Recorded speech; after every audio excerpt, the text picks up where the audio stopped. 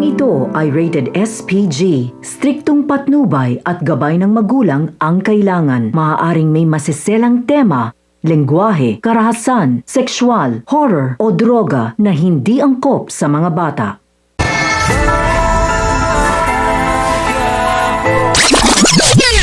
Muling magkakaharap ang mga dumali kina Tanggol sa Quiapo at ang grupo ng mga holdapper na taga-Tondo. Pag-uwi ni Rigor ay agad niyang ibabalita kay Tess na sa wakas ay naipaghiganti niya na ito matapos niyang mapatay si Ramon Montenegro sa isang engkwentro sa Quiapo. Kaya masayang ibinalita ni Tess kina Tinding at Noy ang pagkakapatay ni Rigor sa taong nanggahasa sa kanya. Habang nagiinuman sina Mando at Rigor ay sinabi ni Mando na sigurado na umano ang promotion nito.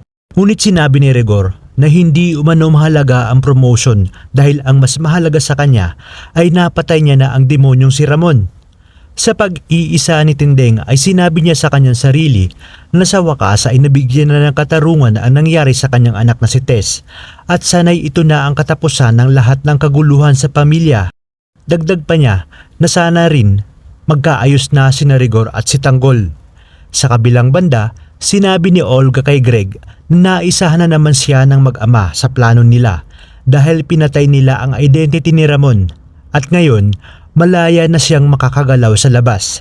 Kaya ngayon umano ay kailangan mag-ingat na sila sa kanilang mga galaw. Dagdag pa ni Olga na madali lang umanong ilabas ang katotohanan tungkol kay Ramon ngunit may ibang laro ang mag-ama. At kung hindi nila kayang tanggalin ang isa sa kanila, ay kinakailangan sirain nila ang tiwala nito sa isa't isa.